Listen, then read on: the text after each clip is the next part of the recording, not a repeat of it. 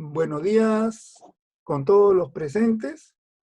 Hoy día vamos a tener la charla técnica de SQL Server para microservicios, ¿no? Que va a estar a cargo del Sir DBA DevOps Lead Relag de Carolina del Norte de Estados Unidos, Carlos de Serrano. Un gusto poder tenerte presente de manera virtual, Carlos, y que puedas colaborar con los estudiantes y egresados del Instituto Valle Grande de Cañete, Perú. Y gracias a la tecnología podemos tener esta conferencia contigo que estás desde Estados Unidos en Carolina del Norte. Te damos la bienvenida, Carlos. Pues mi nombre es Carlos de Serrano. Llevo aproximadamente 11 años trabajando con tecnología. Antes de ser un DBA era administrador de redes y administrador de sistemas. Y luego pues transicioné a ser DBA y llevo aproximadamente 11 años en esto. Vivo en Raleigh, Carolina del Norte, pero soy puertorriqueño. Me mudé aproximadamente hace 4 años aquí a Carolina del Norte. Soy administrador de bases de datos senior a tiempo completo y líder técnico del grupo DevOps de mi compañía. No tan solo manejo las bases de datos, pero me encargo que el grupo de DevOps esté al día y esté todo corriendo apropiadamente. En el background van a ver dos barcodes. Uno es para mi blog y el otro es para mi LinkedIn. Siéntanse en la confianza de conectar conmigo en LinkedIn o en mi blog. Y los voy a dejar aquí, cosa que los puedan escanear en cualquier momento y conectarse. La agenda de hoy. ¿Cómo escoger el diseño adecuado para microservicios en cuestión a las bases de datos? Vamos a hablar un poco de seguridad en microservicios. Vamos a hablar de qué ofertas tiene Azure para microservicios en cuestión a base de datos. Y va a haber una breve charla, no voy a entrar mucho en detalle, pero va a haber una breve charla de si debemos usar SQL o no SQL. ¿Okay? Las herramientas que vamos a usar hoy, yo voy a estar utilizando el portal de Azure. Vamos a utilizar Azure Data Studio. Azure Data Studio es el cliente de SQL nuevo de Microsoft. Y vamos también, que lo pueden reemplazar por SQL Management Studio si lo tuvieran. Y vamos a estar utilizando Docker opcional. Voy a utilizar Docker porque tengo unas bases de datos en mi computadora ya que vamos a estar utilizando para la área de seguridad. La pregunta que todos se hacen cuando empieza un diseño de base de datos.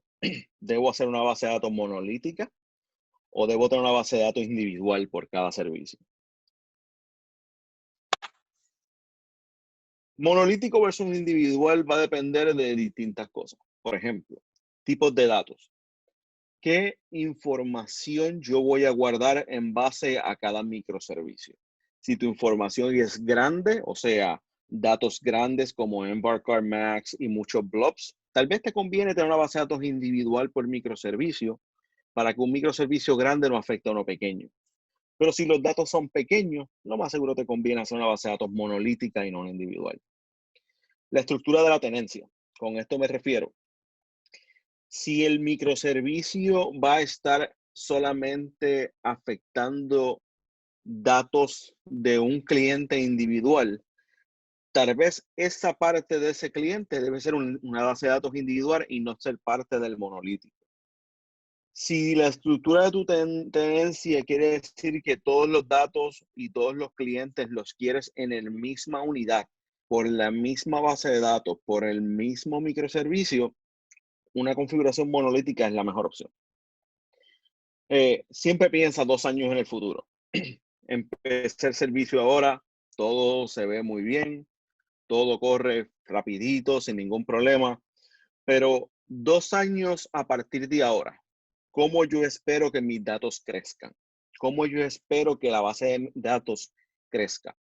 Eso es algo bien importante. Muchos de nosotros diseñamos software y nos enfocamos en el ahora, cuando deberíamos estarnos enfocando en 2 años desde ahora. Cómo este servicio, este microservicio va a evolucionar y qué necesidades yo puedo tal vez proveer desde ahora, cosa de que el escalamiento del microservicio sea mejor. Una de las grandes preguntas es, ¿este microservicio es regionalizado o es global? ¿Voy a necesitar este microservicio solamente para América del Norte, América del Sur, el Caribe? ¿O es un microservicio que va a afectar datos en distintas áreas del mundo?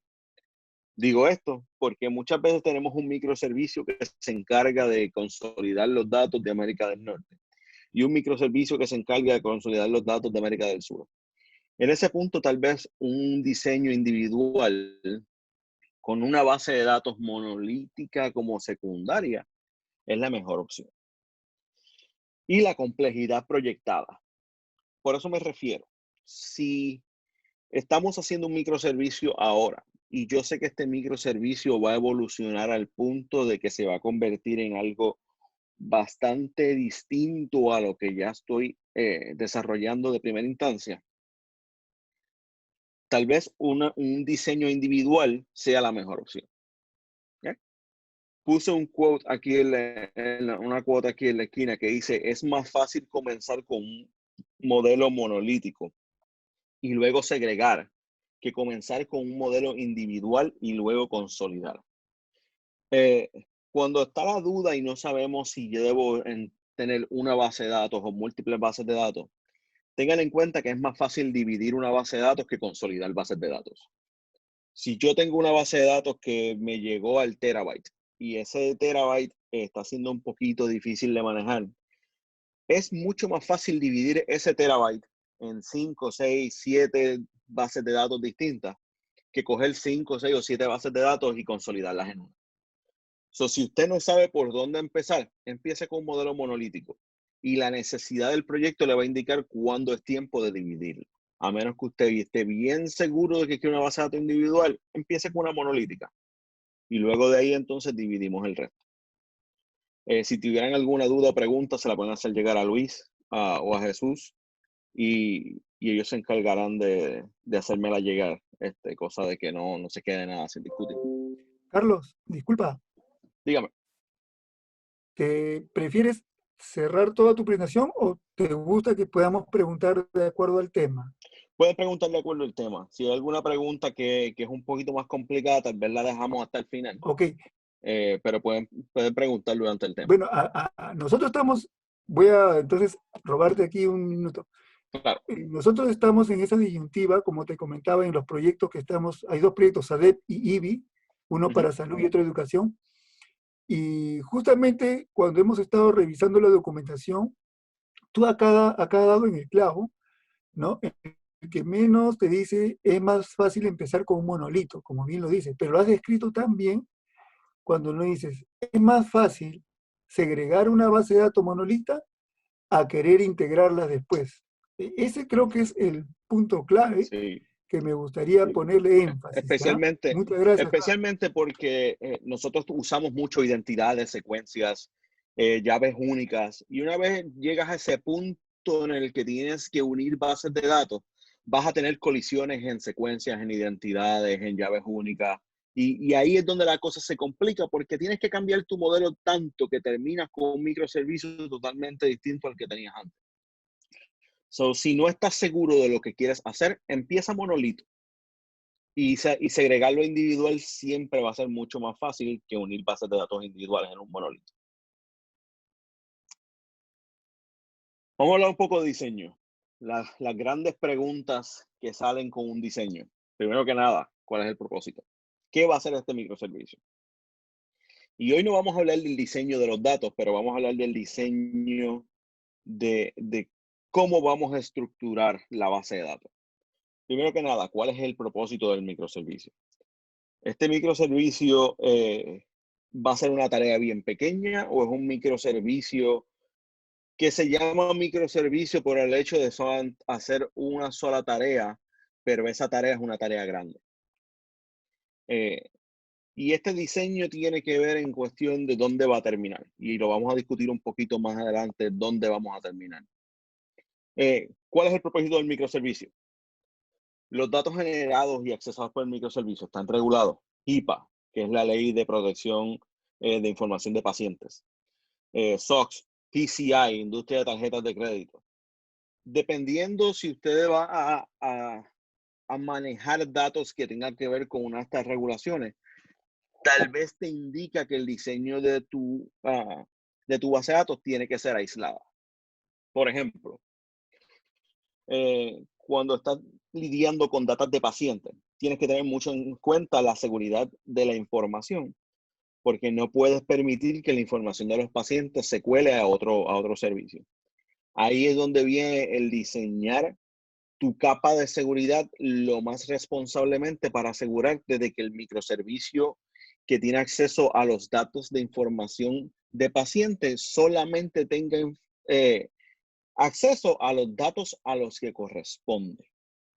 La gran mayoría de los data breaches o de las fallas de seguridad en datos que ocurren a diario, porque ocurren a diario en el mundo, ocurren porque la seguridad acerca de los servicios no es adecuada.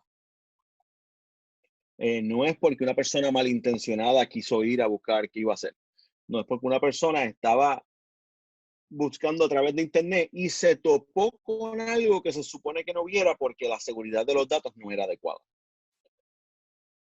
El 90% de las fallas de seguridad en el mundo no son causadas por gente malintencionada, son causadas por gente que se encontró estos datos de casualidad. Y esa casualidad tiene que ver con el hecho de que no estamos asegurando la data como se supone. Eso tiene que ver mucho en el diseño. Los microservicios van a interactuar entre ellos. Esto es bien importante, porque el microservicio está diseñado para hacer algo en específico, pero muchas veces un microservicio es lo que se encarga de que otro microservicio haga su trabajo. Por ejemplo, póngale que tengamos un microservicio que esté en una agenda y los martes a las 3 de la tarde ese microservicio inserta una fila dentro de una tabla para dejarle saber a otro microservicio que él terminó y que él puede continuar. Ese tipo de interacción entre un microservicio y el otro es algo que tenemos que tener en cuenta en el diseño. Y estas son preguntas que yo quiero que ustedes tengan en mente cada vez que ustedes van a diseñar un sistema de microservicios. Sean estas preguntas. ¿Cómo van a interactuar el microservicio A con el microservicio B? ¿Okay? ¿Utilizará algún ORM? Por ORM me refiero a un Object Reference Manager, tal como Entity Framework, EF Core. En Node.js tiene uno que se llama Nodus, si no me equivoco. Y son estos motores que se encargan de manejar la relación entre los datos, entre el microservicio y la base de datos. Si usted va a utilizar un ORM como Entity Framework y EF Core, tenga en mente en el momento del diseño, porque no todas las plataformas de bases de datos juegan bien con estos ORM. ¿Y en qué tecnología se está basando? ¿Es un microservicio en Node? ¿Es en C#? ¿Es en ASP.NET? ¿Es en Python? Dependiendo de en qué tecnología está basado, es que el resto de lo que vamos a discutir hoy va a tomar lugar. Si tienen alguna pregunta, en confianza. Hasta ahora, normal, Carlos. Ok, vamos a hablar de seguridad por un segundo. Seguridad, hay distintos tipos de seguridad. Podemos obtener seguridad a través de roles, que va a haber un pequeño demo. Podemos obtener identidades. Cuando digo identidades me refiero a Azure Active Directory. Por ejemplo, AWS tiene Cognito, está Okta, OutZero. Hay muchísimos proveedores. Identidad lo que hace es que consolida la seguridad de una plataforma a un proveedor tercero, como lo sería Azure Active Directory. El demo que vamos a aplicar para identidades, para roles, discúlpenme, lo pueden utilizar con entidades. Lo único que cambia es que en vez de usted crear un login para una persona, va a crear un login para un grupo en esa identidad. ¿Okay?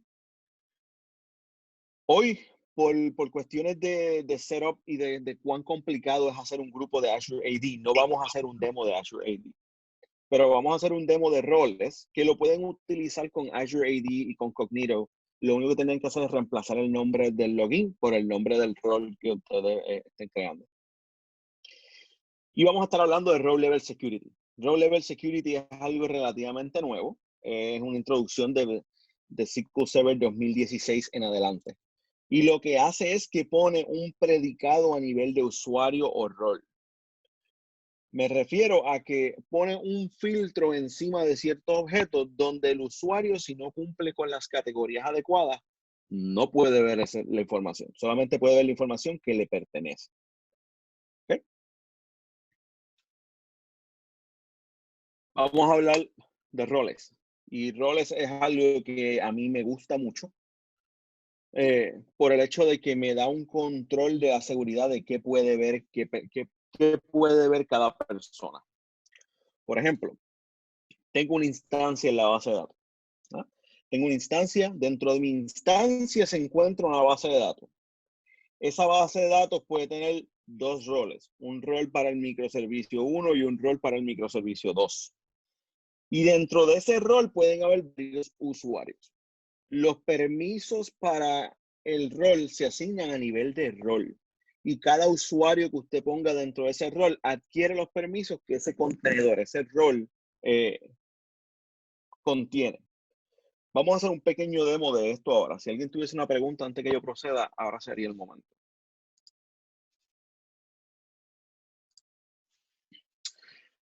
Pueden ver mi pantalla bien. Esto que está aquí se llama Azure Data Studio. ¿Okay? Y para el demo de hoy, yo creo lo que se llama un notebook. Un notebook te permite organizar tus SQL scripts de una manera bien adecuada. ¿Okay? Para este demo de roles, vamos a utilizar la base de datos de AdventureWorks 2017. Y yo estoy conectado a un servidor local en mi computadora que se llama Docker.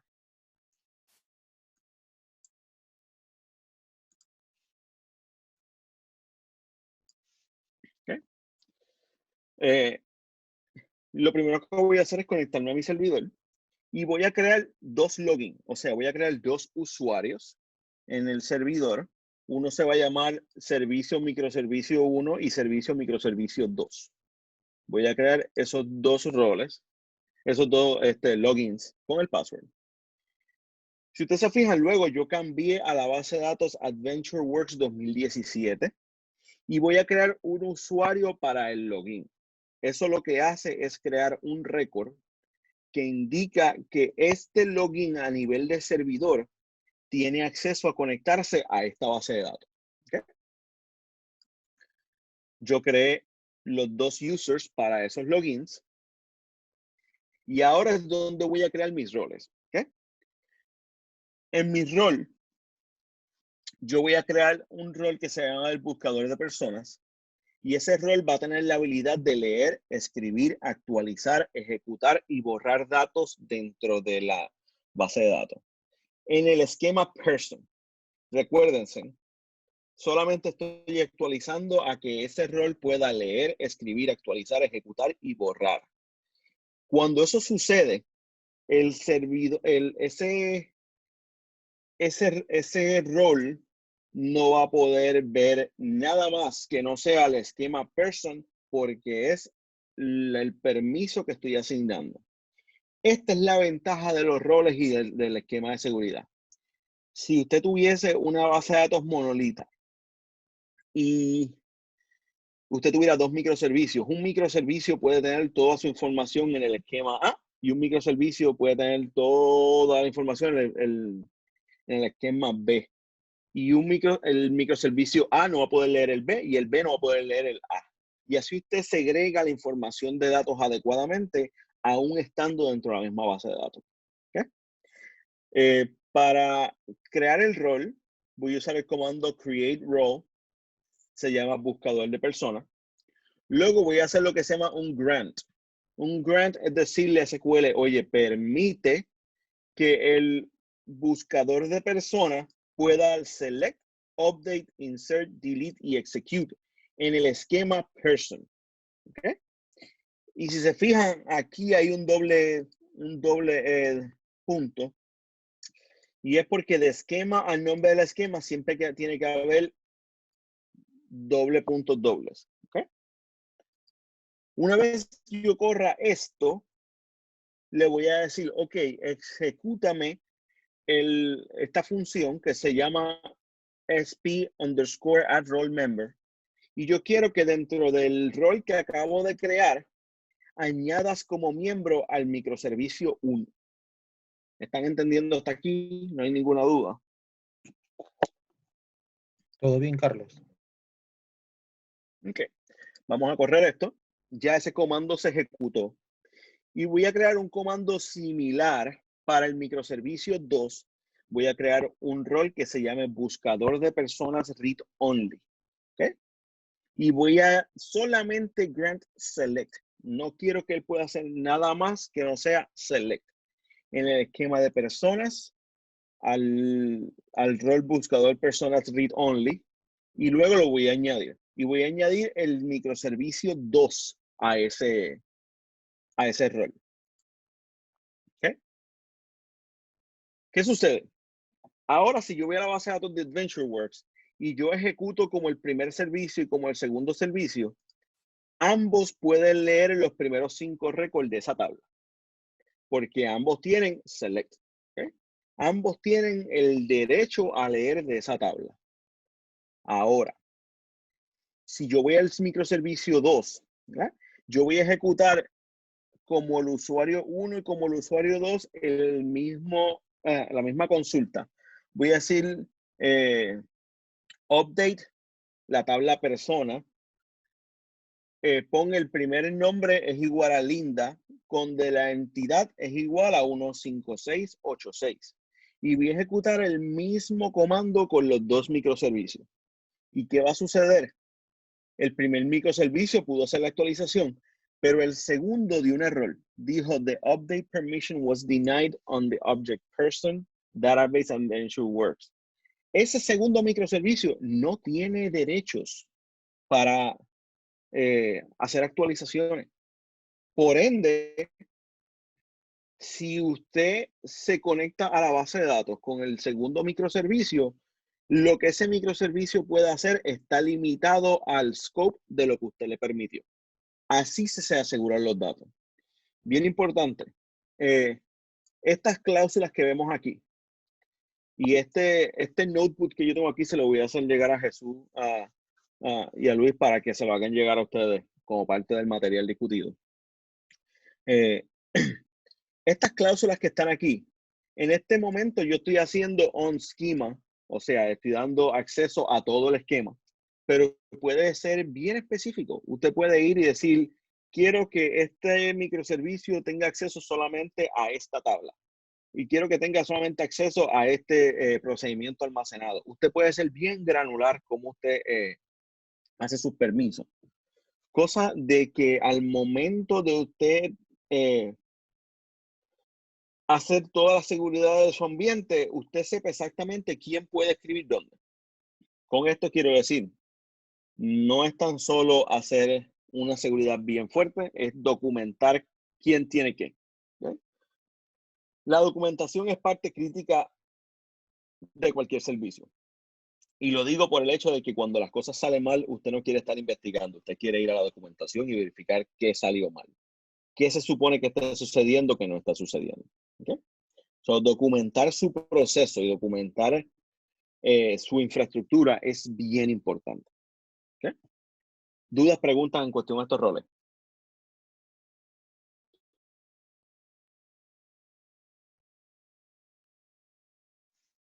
Ok, pues nos movemos entonces.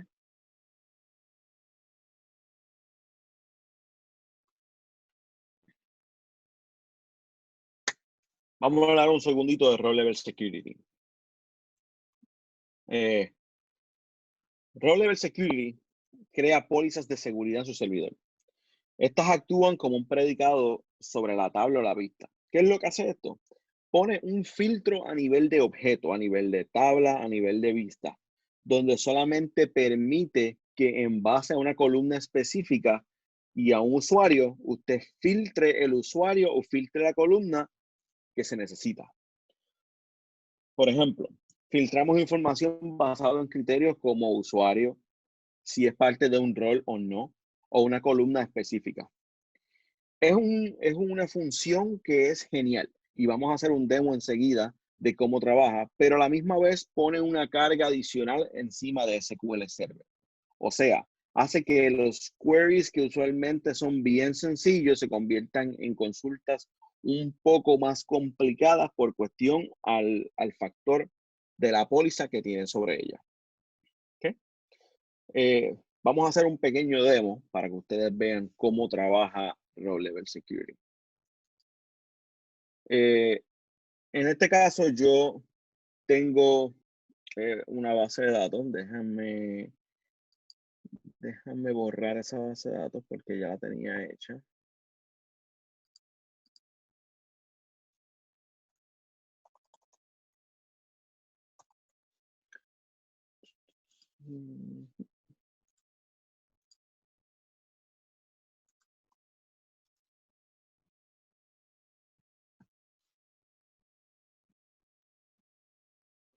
Ok. Eliminamos la base de datos de Vacation Agency y yo voy a crear esa base de datos nueva. ¿Okay? Crear una base de datos que se llama Vacation Agency.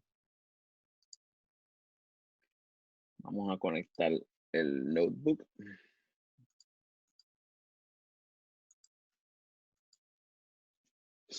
So, voy a crear la base de datos. La base de datos fue creada. Ya tenemos una base de datos que se llama Vacation Agency. Luego yo voy a crear dos tablas y voy a insertar esas tablas ahí. Estas tablas fueron creadas. Si ustedes se fijan aquí, yo puedo venir aquí y decirle a Select Star from Cuentas y tengo 6 records. Esos 6 records dicen que la cuenta ID 1 pertenece al nombre de la cuenta American United en la región 1, Delta en la región 1, Caribe Cruise Lines en la región 2, Andes Traveling en la región 3, Lima Booking en la región 3 y Puerto Rico Skydiving en la región 2. Pero ¿qué pasa? Yo tengo 3 microservicios. Y esos microservicios, yo necesito que solamente tengan acceso a su región. Yo no quiero que un microservicio de la región 1 pueda ver los datos de la región 2. Yo tengo varias opciones. Yo puedo crear vistas y dividirlo por esquemas y lo demás. O puedo crear Row Level Security y asignar una región a ese microservicio. ¿Cómo sucede esto? Voy a crear 4 roles. Uno se va a llamar North America, uno se va a llamar Caribe, uno se va a llamar South America y voy a crear uno adicional que se llama Global. ¿Por qué? Porque tengo un microservicio adicional que tiene que tener la capacidad de ver todo. ¿Okay? Vamos a crear esos 4 roles y luego vamos a hacerle un grant que esos roles puedan dar select en toda la base de datos. ¿Okay? Si se fijan, no estoy especificando el esquema. Eso quiere decir que ese select aplica a la base de datos entera. Añadir el select a esos roles. Luego voy a crear 4 usuarios. Voy a crear un usuario que se llama North, South, Caribe y Global. ¿Okay? Vamos a crear 4 logins. Y esos logins ya existían. Déjame borrarlos aquí un segundito rápido. Cosa de que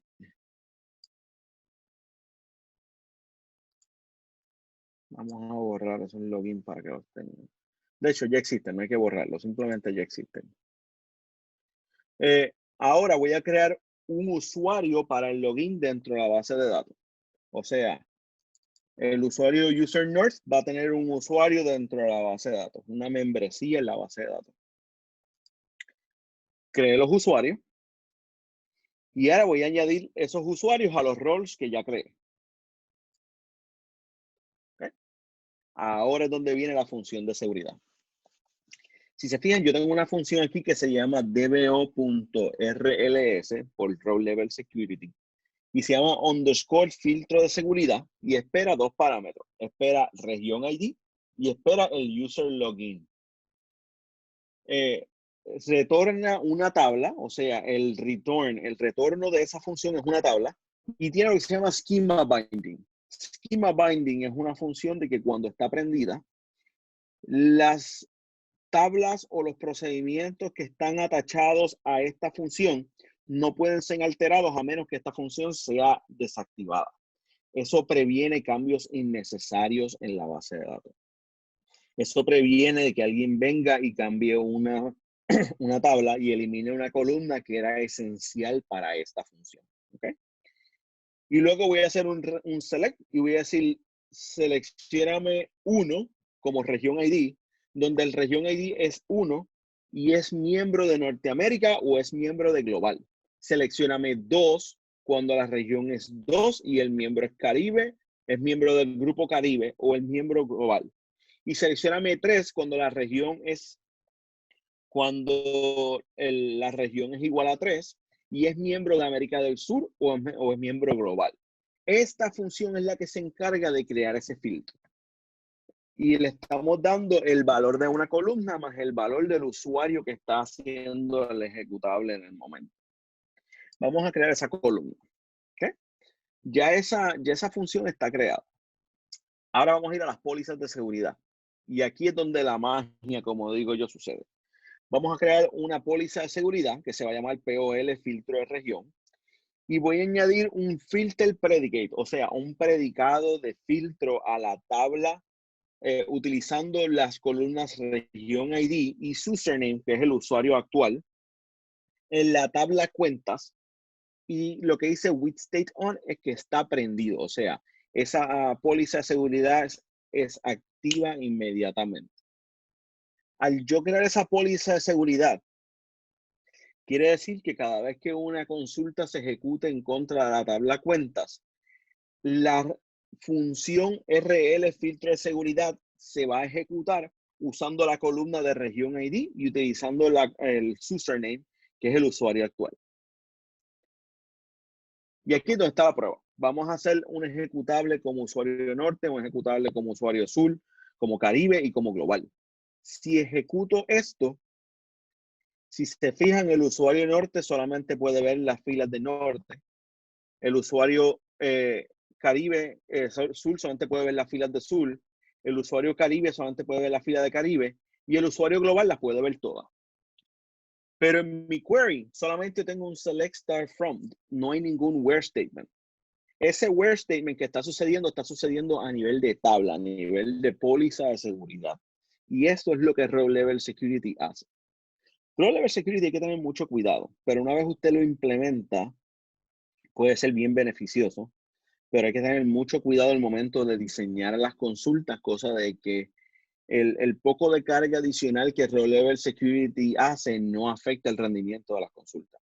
Yo sé que va a haber algunas preguntas acerca de esto, o si quieren preguntar, ahora es el momento. Carlos, ¿Okay? sí, eh, tengo una duda ahí. Esto que tú nos explicas, entiendo, lo has usado ahorita para la demo a nivel de una base de datos local o una base de datos tuya. Sí, Pero esto mismo se puede manejar si yo tengo varias bases de datos. sí, totalmente. Todos los ejemplos que están aquí aplican a bases de datos en Azure, en local.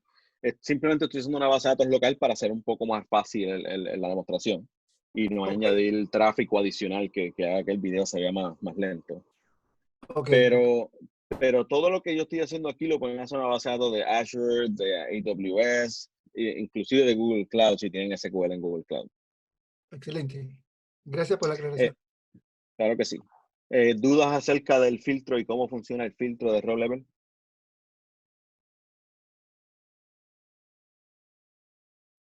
Ok.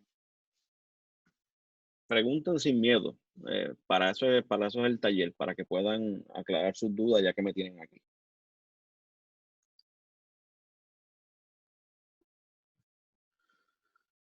Como mencioné, Row Level Security les permite a ustedes crear ese filtro que limita la cantidad de cláusulas que ustedes tienen que poner en su where statement.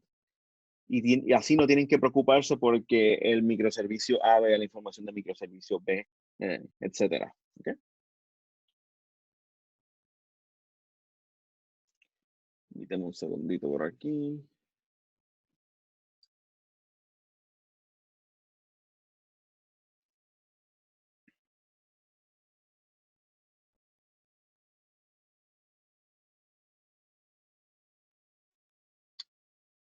Mm, tu, tu, tu, tu.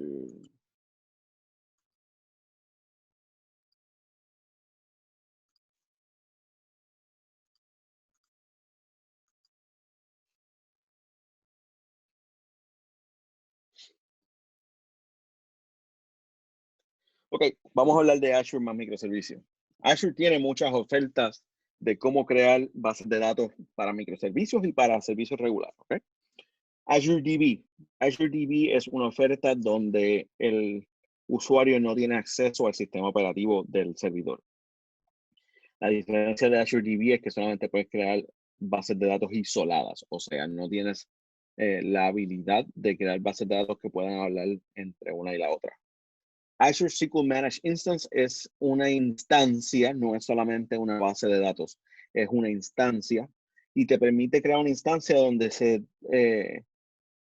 se comporte igual a como la instancia tradicional que estamos acostumbrados, pero a la misma vez no tienes acceso al sistema operativo. ¿Okay? Está lo que se llama un VM, un Virtual Machine, y puse entre paréntesis IaaS. IaaS es Infrastructure as a Service, infraestructura como servicio. Y este es el método más popular para transición entre on-premises y cloud. Muchas veces la gente coge sus servidores de on-premise, crea una máquina virtual y coge su información de la máquina virtual y la lleva al cloud a través de un VM. El VM requiere Windows Update, requiere mantenimientos constantes que llevan la misma cantidad de trabajo que si tuviesen on-premise. So, yo siempre recomiendo que si vas a usar un VM en el cloud, lo hagas como método transicional, en lo que llegas a infraestructura como servicio. Infraestructura como servicio tiene muchísimas ventajas que vamos a discutir. Y como último, contenedores. Contenedores no es ni el futuro, es el presente. Contenedores están siendo utilizados constantemente. El demo que estoy dando lo estoy dando dentro de un contenedor en mi computadora. Y contenedores le permite hacer imágenes reproducibles de su servidor que pueden ser hechas una y otra vez. Carlos, Dígame. hay una pregunta que, bueno, no te quise interrumpir, Sí, no, dígame. pero se refiere, Martín Samano pregunta entonces, ¿protegería la base de datos en vez de manejarlo desde un microservicio mismo? Con respecto a la anterior parte, ¿no? Sí. ¿Me puedes repetir la pregunta?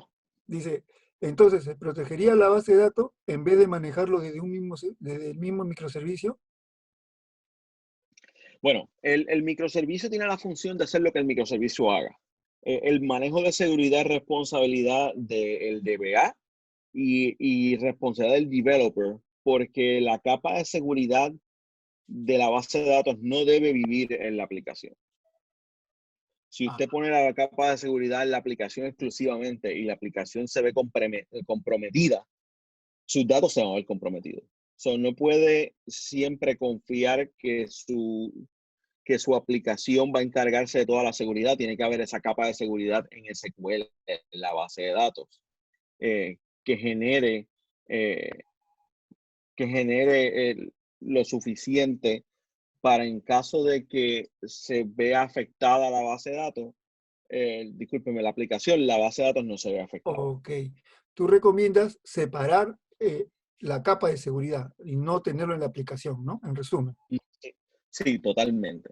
Ahora, La capa de seguridad debe vivir en SQL, cosa de que la aplicación no dependa, la aplicación utilice la capa de seguridad, no dependa de la capa de seguridad. ya, aquí te hace la repregunta. En no SQL se manejaría igual? En NoSQL es un poco distinto. En NoSQL, y lo vamos a ver un momentito en uno de los demos al final, Ok. eh, la seguridad se maneja totalmente en el cliente de Azure. El cliente de Azure tiene un punto donde puedes decir tienes acceso a este catálogo o no tienes acceso a este catálogo. Y es por llaves secretas. Prácticamente necesitas generar una llave secreta para cada catálogo, cosa de que tengas la opción de entrar a ese catálogo. Ok. Continuamos entonces. Ok. Gracias. No, gracias a ustedes por la pregunta. Azure DB. ¿Qué es Azure DB?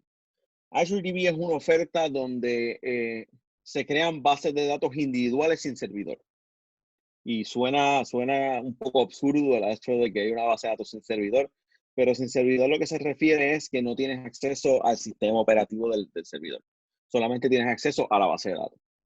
Los pros, es perfecto para bases de datos individuales.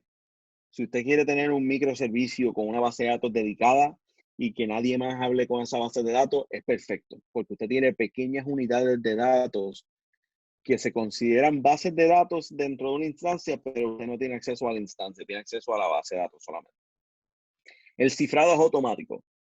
Ambas ofertas, Azure DB y Azure SQL Managed Instance, vienen con cifrado transparente prendido de fábrica.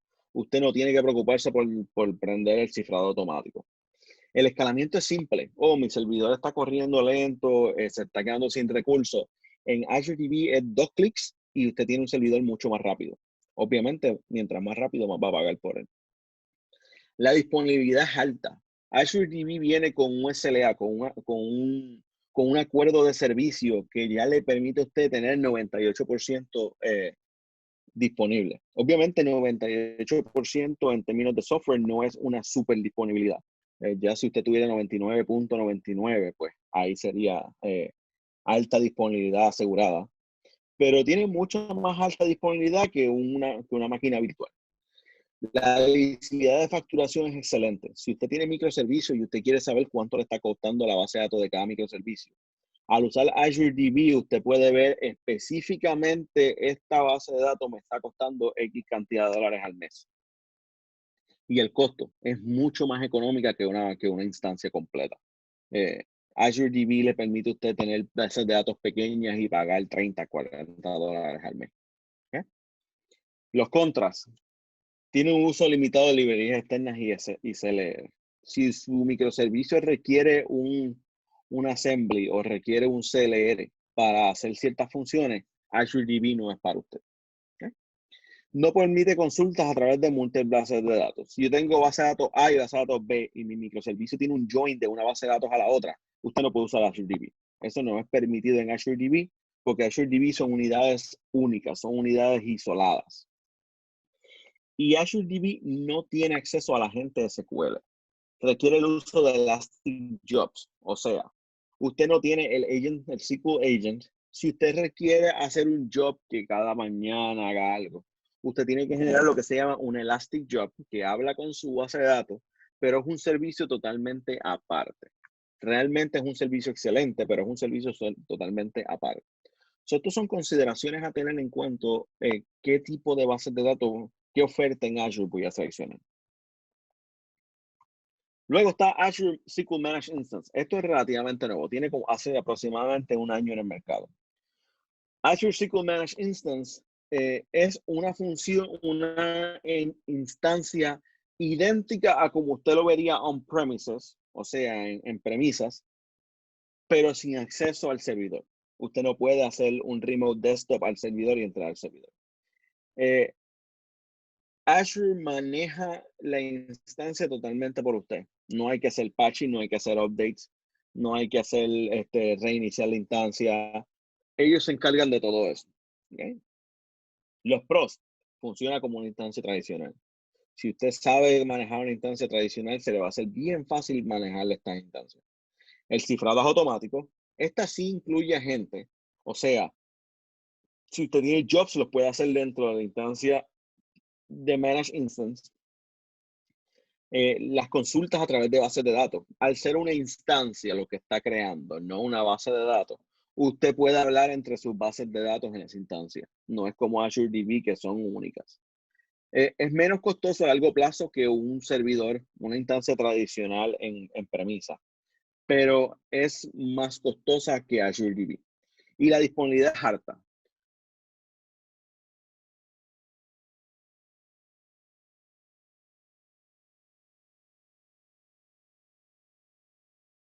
Un business critical donde Azure le asegura a usted que usted va a tener un 99.99 de disponibilidad. Los contras, lo mismo, uso limitado de librerías externas y CLR, y es más costoso que Azure DB. Cuesta un poco más porque usted está alquilando una instancia, no está alquilando una base de datos. Ahí es donde está la diferencia. ¿Dudas, preguntas acerca de estos dos? Carlos, Dígame. ahí me nace, esto ya sería, ya no IA, sino PaaS, ¿cierto? Esto sería PaaS. Ya, ese es el tema que quería aclararle porque Sí. con los chicos yo estoy viendo lo que es todo el mundo cloud. Tenemos una temática que hemos acabado esta semana que es Cloud Computing. Y les hablé de las 3 formas que normalmente se han, digamos, establecido ya como estándares en todos los jugadores de Cloud Computing, como es IaaS, PaaS y SaaS. Entonces, sí me gustaría que como parte académica, de repente por ahí aclararles a ellos de que esto ya estamos entrando en PaaS. Y entiendo que ahí el gran beneficio, por el cual también el costo es mayor, es que tú ya te despreocupas de las actualizaciones, ¿no? ¿Hasta qué punto es cierto? El mantenimiento, no tienes que preocuparte por el mantenimiento para nada. Ahora mismo yo tengo de mis 24 instancias, 22 son PaaS y 2 son infraestructura como infraestructura como servicio por el hecho de que son bases de datos bien viejas y no se pueden migrar todavía a plataforma como servicio. El plataforma como servicio es no tan solo el futuro, es el presente. Es tú dejar en las manos de un robot o de un programa el que mantenga tu servidor y preocuparte por lo que realmente importa. La ventaja de plataforma como servicio es que te libera de un montón de tareas y te da tiempo para trabajar en lo que realmente importa, en tu seguridad, en tu escalamiento, y te facilita hacer tareas que no son administrativas. Gracias por la...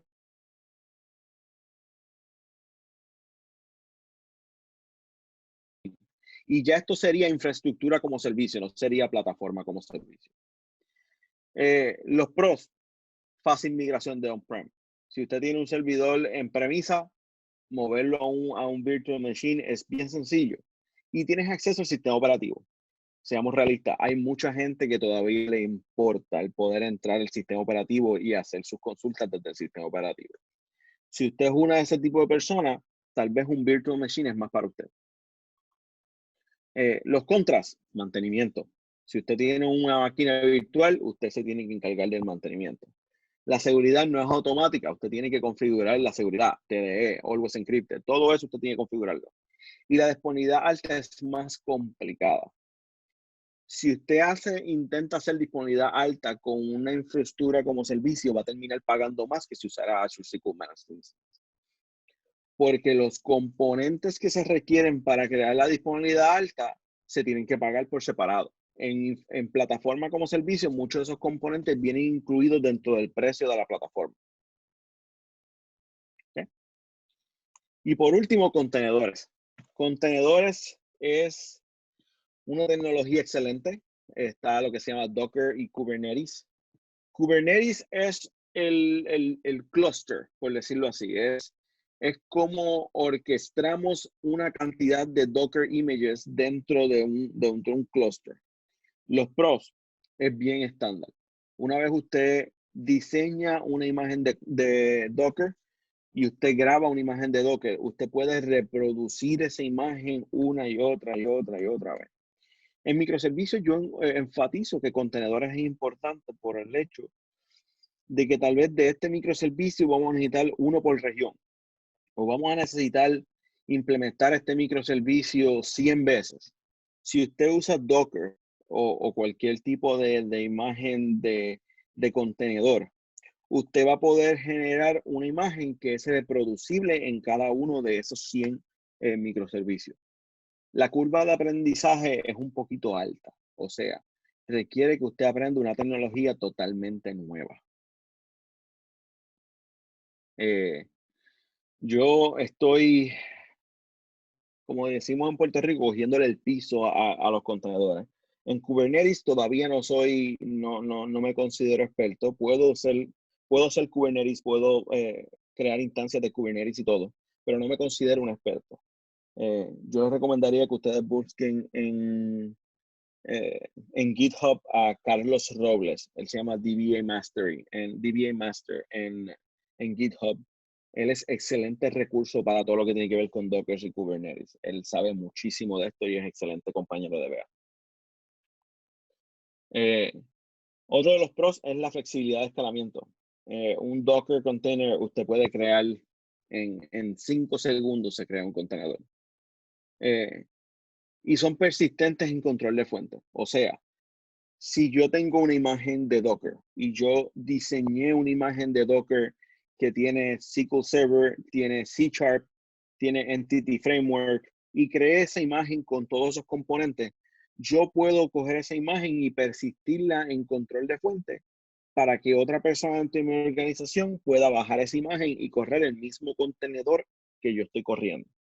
O sea, si tenemos un equipo de desarrollo que tiene 20 desarrolladores, podemos crear una imagen que sea idéntica para todos los 20 desarrolladores, cosa que cada uno de ellos pueda hacer su desarrollo local en un contenedor.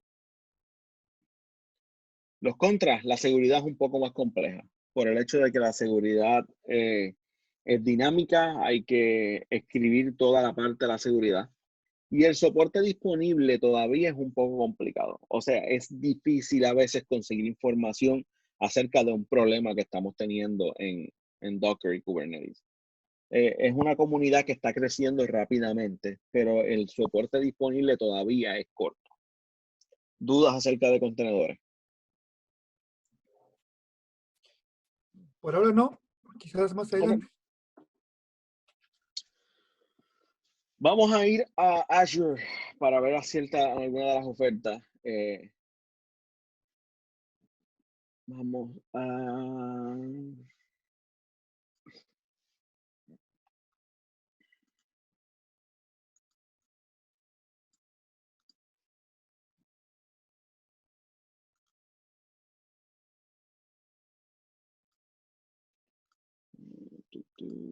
Estoy cambiando aquí de cuenta, que estaba con otra cuenta.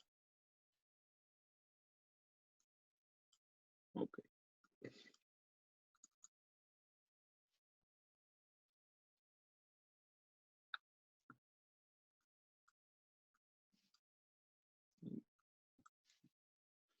Tengo que recuperar ahí.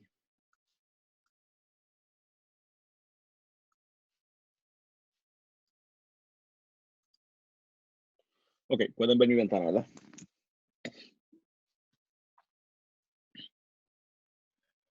Ok, si estamos en Azure, van a ver esto que dice SQL Servers. Un SQL Servers es el SQL Server que es para hacer lo que se llaman Azure DBs. Esto no es otra cosa que el contenedor donde vamos a poner todas nuestras bases de datos de Azure. En este caso, yo tengo un contenedor que se llama DevOps Demo Blog, ¿okay? Y ese servidor es al que yo me puedo conectar. ¿Qué sucede? Esto es para crear la primera opción que les di, que era Azure DB. Y es en la parte donde creamos este tipo de bases de datos. Son bases de datos que son serverless, pero realmente tienen un servidor. Solamente usted no tiene acceso a ese servidor. Pero cuando usted crea una base de datos, solamente tiene acceso a esa base de datos. Y lo que me refiero es que si creamos una base de datos aquí, estoy en mi servidor y voy a crear una base de datos. Y esa base de datos se va a llamar Taller Lima, Perú, ¿verdad? Me va a preguntar si quiero crear una piscina elástica. La piscina elástica es para que más de una base de datos compartan los recursos. En este caso le voy a decir que no. Y si se fijan, tengo la opción de configurar mi base de datos que tenga 2 cores, o sea, dos procesadores con 32 GB de storage. O puedo configurarla infinitamente. Tengo ciertas opciones. Déjenme mover esta ventana para acá.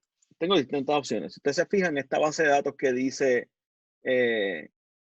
con 32 gigas de datos y 2 cores, me dice que me va a salir aproximadamente en $231 mensuales.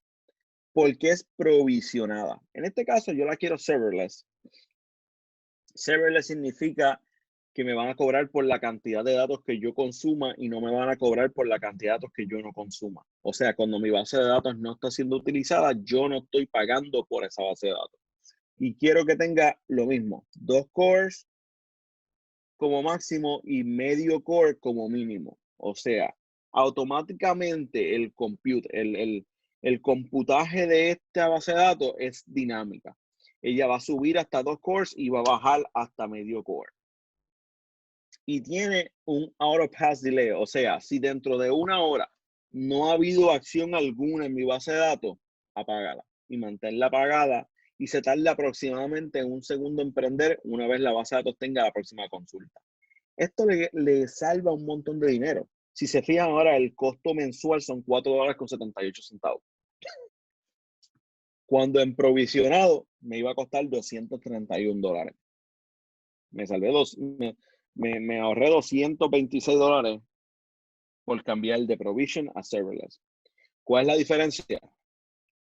Si usted sabe que su base de datos o su microservicio va a estar constantemente llamando a la base de datos, hágalo en provision, porque así usted pues, ya sabe cuánto va a gastar.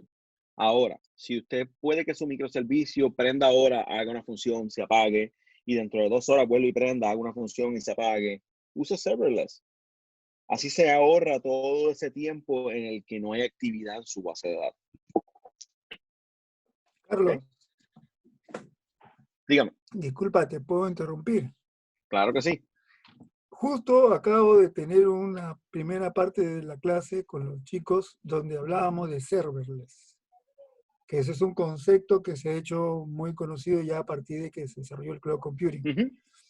A mí me gustaría, no solo pensando en lo que actualmente se ve, ¿cómo ves, cuál crees tú o cuál es tu visión del desarrollo del serverless en el futuro, o el presente futuro, como bien dices? Claro que sí.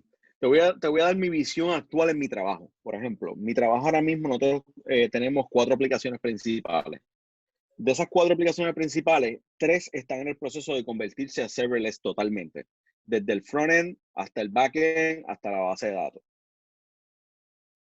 La idea es eliminar todo ese intermedio de mantenimiento de servidores, de si prendo aquí, apago allá, y dejar que los servicios inteligentes que se han desarrollado se encarguen del mantenimiento y que nosotros podamos obtener el escalamiento y la rapidez necesaria a través de aplicaciones serverless. Te facilita y te limita el tiempo de mantenimiento para que te puedas concentrar en cosas importantes como el desarrollo, hacerla más rápida, performance. So, en mi visión, yo trato de ir serverless lo más que pueda, que yo tenga la menor cantidad de servidores posibles, cosa de que el tiempo que yo invierto en mantenimiento sea el menor posible. Y en mi opinión bien personal, serverless es la mejor opción ahora mismo. Obviamente, dependiendo de los requerimientos, a veces no es posible. Hay regulaciones de datos como las leyes en China y las leyes en Australia y en el Reino Unido que tal vez no te permiten usar serverless en todo su potencial por el hecho de GDPR y de ciertas regulaciones de datos. Pero si las regulaciones lo permiten, yo creo que serverless debería ser el objetivo, cosa de que tu aplicación se concentre en lo que importa y no tengas que estar gastando tiempo en mantenimiento. Aquí te agrego una pregunta de Jordi Cáceres. Dígame. ¿Para el desarrollo sería mejor serverless o provisioner? Creo que Para ya el lo desarrollo, respondí. para el desarrollo te diría que uses serverless, porque si trabajaste 4 horas del día, te van a cobrar 4 horas del día, no te van a cobrar el día completo. Ok. Eh, O sea, y pago por uso. así pagas por uso. Y así, si un día trabajaste, hiciste 20 consultas, estás pagando por el tiempo que consumiste 20 consultas, no estás pagando por el día completo. So, para el desarrollo, yo te diría que uses serverless. Ya para producción, tendrías que evaluar entre las opciones que tenemos aquí, que es General Purpose Provisioned. Estas 2 que están aquí, las vamos a discutir en un segundo. Son mucho más costosas, pero son para aplicaciones que requieren muchísimo poder. ¿Okay? En cuestión a lo que es producción, yo te recomendaría Provisioned por el hecho de que sabes que producción va a estar constantemente siendo actualizada. A menos que el microservicio que va a producción es un microservicio que corre 2 veces al día. Si ese servicio corre 2 veces al día, usa serverless, para que así solamente pagues por las 2 veces al día que el servicio corrió. Y recuerda que si el servicio necesita más power, yo puedo venir aquí y decirle, oye, yo quiero que use mínimo 8 cores y un máximo de 16 cores. Y el costo que estás viendo aquí es el costo por core. O sea que es 16, pues me va a costar posiblemente algunos $60 al mes, si el servidor estuviese todo el tiempo corriendo.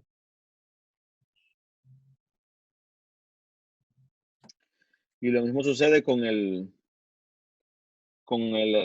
storage. Si se fijan, puedo ir hasta 3 terabytes de storage. Y con 3 terabytes me va a costar $471 al mes. Todo depende de lo que su microservicio está haciendo. Por lo regular, las bases de datos para microservicios tienden a ser pequeñas, porque lo que hacen es grabar información relacionada al microservicio. Si su base de datos fuera monolita y fuera mucho más grande y tuviera otros requerimientos, vamos a hablar de la otra opción, la cual es Azure SQL Managed Instance, que tal vez es una mejor opción para bases de datos monolitas. De acuerdo, Carlos, continuamos. Está lo que se llama Hyperscale. Hyperscale no es otra cosa que un grupo de bases de datos donde usted solamente ve una sola base de datos, pero son un grupo de bases de datos haciendo el procedimiento. Hyperscale es bien costoso. Si yo dijera que tengo 4 réplicas de Hyperscale con 16 procesadores a la misma vez, o sea, yo tengo 4 servidores procesando data. Cada de esos procesadores tiene 16 cores, pero yo solamente veo uno, porque los demás son réplicas encargándose del procesamiento de la data. Eso me costaría $10,000, casi $11,000 al mes. Hyperscale se usa para procesamiento de datos a escala. O sea, yo estoy procesando petabytes de data. Tengo muchísima data y necesito un lugar donde yo pueda poner esa data y procesarla por millones y millones y millones de filas. Hyperscale es la solución. Obviamente viene con un costo. Lo que se hace es que usted solamente usa Hyperscale cuando el proyecto lo amerita. Una vez el proyecto termine, usted elimina el Hyperscale. ¿Okay? Y todo este tipo de cosas tienen que tomarse en cuenta al momento de cotizar el proyecto, pues porque un proyecto que tal vez usted estimó que le iba a costar $500 al mes, ahora le va a costar 11,000. Y eso es una gran pérdida si usted estimó para $500 al mes. Y High Transaction y Business Critical no es otra cosa que se cuida diciéndole yo voy a asegurarme de que lo que tú pediste aquí, o sea, si tú pediste 16 cores y pediste 1 terabyte de data, yo me voy a asegurar de que el performance que se supone que obtengas con esto esté asegurado. Con eso quiere decir que si se fijan, hay de 2 a 10 milisegundos de latencia, o sea, puede haber una diferencia de 2 a 10 milisegundos en las transacciones en el propósito general. En Business Critical, ellos aseguran que la latencia solamente va a ser de 1 a 2. Si usted tiene una aplicación que necesita correr rápida y estar siempre disponible y es un requerimiento contractual, usted necesita usar Business Critical. Y eso le asegura también que la disponibilidad alta va a ser mayor, que usted va a poder recuperar en un incidente muchísimo más rápido si usted utiliza Business Critical. ¿Dudas con respecto a Business Critical, Hyperscale y General Purpose?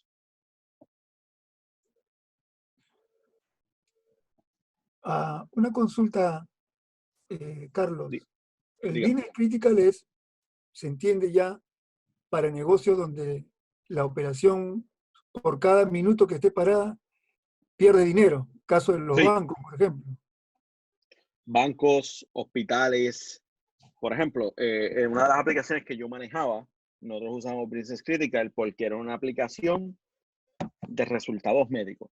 Y esos resultados médicos tenían que estar disponibles para el doctor en milisegundos. O sea, que si una máquina de diálisis estaba fallando, la alerta de esa máquina de diálisis tenía que llegar al hospital en milisegundos. Y ahí es donde Business Critical entra a jugar un rol, porque necesitas que la velocidad y la disponibilidad de los datos sea inmediata. Y para tú poder decirle a Azure y a Microsoft, yo necesito que tú me asegures de que tú vas a estar 100% disponible, ellos crearon este tier que se llama Business Critical, donde tú pagas para que ellos te aseguren de que lo que te prometieron te lo van a dar. Clarísimo. Gracias, Carlos. Pero cuesta. Si se fijan, un servidor no muy grande cuesta $4,000 al mes. ¿Sabes? Cuesta. Oh, claro. Pero más cuesta perder datos. Es lo que yo siempre digo a la gente. Recuerden, y ustedes que están trabajando con software que tiene que ver con datos, los datos ahora mismo es el activo más importante que tiene su organización. Sin datos no hay aplicación. Sin datos no hay estadística. Sin datos no hay dinero. No se Si toman ustedes están decisiones. manejando, discúlpeme, Sin datos no se toman decisiones. sin datos no hay decisiones. Y si no hay decisiones, no se puede mover hacia adelante. Los datos son el activo más importante de cualquier empresa ahora mismo en el 2020. Con la crisis que está sucediendo con el coronavirus, ¿en qué ponemos nuestras decisiones? En datos. Todo tiene que ver acerca de los datos. Por eso es la importancia de asegurarlos y de escoger la herramienta adecuada para que los datos lleguen al lugar adecuado. No sé cuántos de los que están en el grupo les interesa más los datos que el software development, pero los datos es una empresa donde siempre hay trabajo. Siempre hay trabajo. Eso es inevitable. Así es. Esta es la oferta de Azure SQL DB. Una de las cosas que voy a hacer ahora mismo es que voy a cambiar esto a General Purpose y lo voy a dejar en Serverless. Voy a bajar esto a medio procesador y a 2 procesadores. Y como un mínimo, yo voy a decir que sí, que quiero que dentro de 1 hora, decirle aquí 0 horas, 30 minutos. Dentro de 1 hora, si no hay ningún tipo de información, que apague esa base de datos. Y voy a decir que quiero un máximo de 12 gigas porque no necesito más de eso. Es decir, apply. Y esta base de datos se llama el Taller Lima, Perú. Me pregunta que si quiero que Azure tenga acceso a los servicios. Yo solamente digo que sí, porque yo hago deployments a través de Azure DevOps. Necesito que mi Azure DevOps pueda comunicarse con esta base de datos, pero esto es a nivel de servidor. Puedes preguntarle si quiere usar una base de datos actual. Si usted tiene una base de datos grabada en algún sitio, usted puede restaurarla aquí. O puede decirle sample. Usted puede decirle, hey, yo quiero que la crees con la base de datos de AdventureWorks. Y es lo que vamos a hacer ahora mismo. ¿Okay? No quiero empezar Advanced Data Security. Esto es un taller por sí solo. Esto es una parte bien complicada. Y puedo añadir tags. Tags es un excelente recurso porque me ayuda a mí a identificar para consultas. Yo puedo hacer un query a través de los tags para saber cuántas bases de datos pertenecen a este tag, etcétera, etcétera, etcétera. Si yo pongo tags, por ejemplo, yo pongo uno de mis tags que yo pongo, eso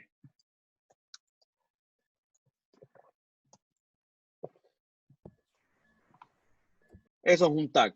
Y luego yo puedo buscar en Azure y decirle, dame todos mis servicios que tengan el valor def en el ambiente. Y ahí yo tengo todos mis servidores de development. Puedo poner producción, puedo poner UAT y puedo hacer consultas en contra de mis recursos de Azure y saber dónde están todos mis recursos usando tags. Una vez esto esté, yo puedo venir aquí y decirle create.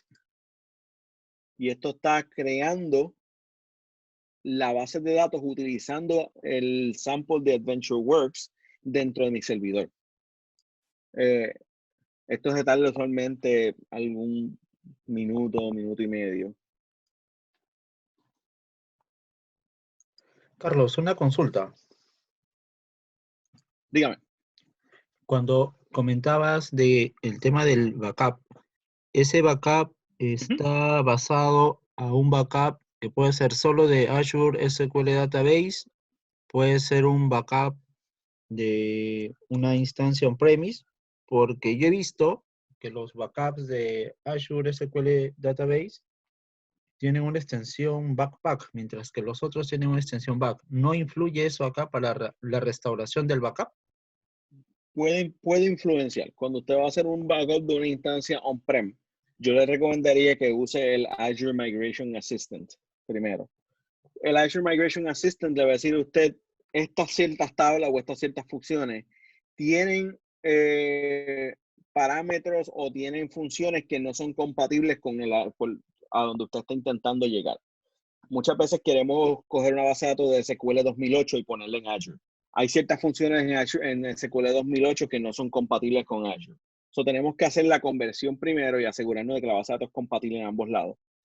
Y luego creamos un backpack. Un backpack lo puede crear a través de Management Studio. Hay una herramienta para crear el backpack. Y el backpack es el equivalente a un backup en un paquete. Por ejemplo, cuando hacemos deployment, se crea un backpack. Y cuando hacemos un backup, creamos un backpack. Ese backpack tiene que ponerlo dentro de una cuenta de almacenamiento en Azure, donde este servidor tenga acceso y entonces lo puedes restaurar. Usar el backpack es mejor que usar el backup, por el hecho de que ya tiene unos componentes adicionales que le permiten a Azure DB entender mejor. Ok, me queda bastante claro. Sí, el Si se otro, fijan aquí, dígame. sigue, sí. Te iba a hacer una última Dígame. pregunta. Sí, claro. Con respecto a Azure SQL Database, ¿no? Entiendo de que Sí. lo que nos has mostrado de HyperScale, de conexiones críticas y todo, involucra no solo en costos, sino también en la productividad, ¿correcto? Sí, involucra la productividad.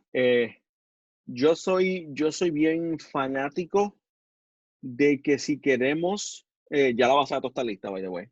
Si queremos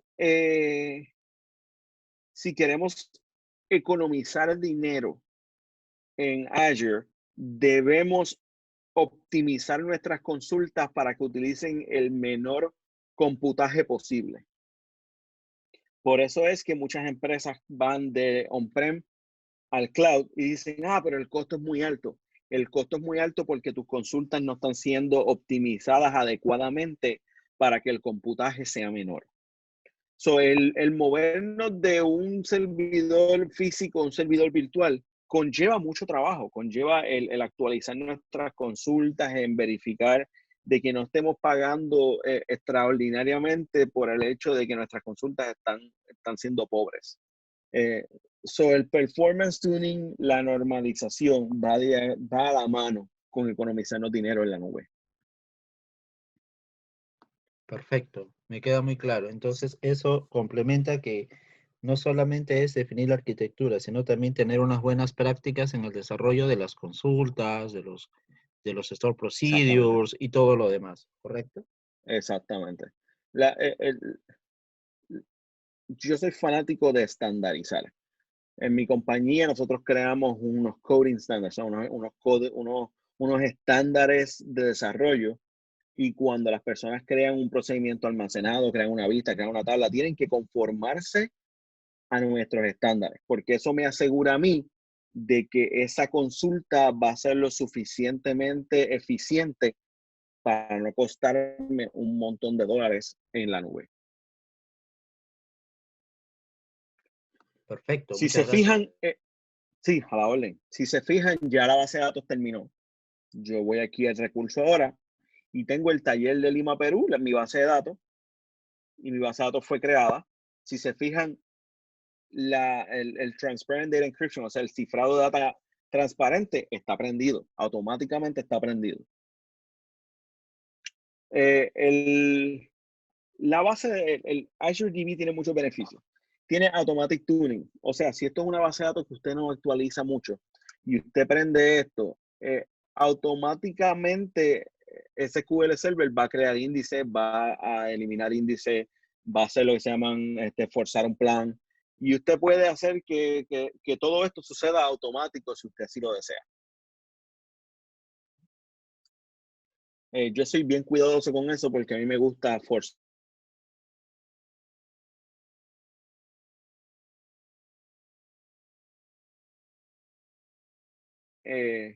usted puede coger esta base de datos y replicarla a través del mundo a otra instancia. Cosa de tenerla allá y que si algo sucede con esto, usted tiene una copia disponible. Dynamic Data Masking es otro nivel de acceso y de restricción a los datos. No lo voy a discutir hoy porque es un tema que conlleva muchísimo tiempo entender y actualizar. Auditing. Auditing es una función excelente. Al prender Auditing, usted puede decirle que yo quiero que, déjeme darle aquí. Yo puedo decirle que yo quiero que las auditorías de mi servidor de lo que está sucediendo vayan a un servicio de Log Analytics. Esto me permite a mí grabar quién borró qué se hizo, cuándo el usuario entró, desde dónde el usuario entró, qué récords accedió. Y toda esa información de auditoría está en Log Analytics. Y Log Analytics tiene un tipo de lenguaje individual donde yo puedo crear dashboards y consultas para ver qué mis usuarios están haciendo en la base de datos. Y esto es una tremenda herramienta para usted ver qué su microservicio está haciendo, qué el usuario está haciendo, qué un desarrollador está haciendo, cuándo entró, desde dónde se conectó, con qué cliente se conectó. Todas esas cosas usted las puede grabar aquí dentro de Log Analytics y usted puede hacer queries y dashboards relacionados solamente al análisis de lo que está sucediendo en su base de datos. Para que seamos claros, herramientas como esta en on-prem o en un VM es bien difícil obtener. Por ahora no lo voy a aprender porque esto coge un cuanto rato aprenderlo. Tenemos nuestros recursos, la base de datos está prendida. Voy a cambiar aquí un momentito a Azure Data Studio y voy a mi servidor. Voy a copiar ese servidor y me voy a conectar a él.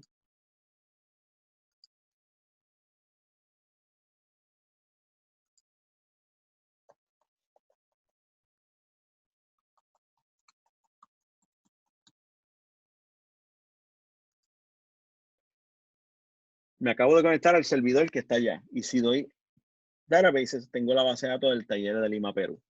Esa base de datos, porque yo dije que quería la base de datos AdventureWorks, ya tiene información ahí. Ya tiene esa base de datos. Puedo decirle aquí Select Up 1000 y tengo información en mi base de datos que ya está, porque la base de datos que creé, la creé con un sample database, o sea, la creé con una base de datos de muestra. Y así de sencillo es crear una base de datos en Azure DB. Obviamente hay maneras adicionales de crearla. Yo tengo una librería de código en PowerShell donde yo creo mis bases de datos a través de PowerShell, porque se crean programáticamente cuando alguien necesita un ambiente nuevo. Eso no tan solo se pueden hacer a través del portal, se pueden hacer programáticamente. Esto sería Azure DB. Les voy a mostrar un segundo lo que sería Azure Managed Instance. Azure Managed Instance, no voy a hacer un deployment de Azure Managed Instance porque se tarda 6 horas. Se tarda 6 horas porque Azure Database Managed Instance hace el deployment de la base de datos, de la instancia, del cluster, del grupo de disponibilidad, de un VNet, de un VPC, de un route table. Son los componentes que hace el deployment se tarda aproximadamente 6 horas. Pero solamente tienen que hacerlo una vez. No es por cada base de datos, es para la instancia. Pero si fuéramos a Azure SQL Managed Instance,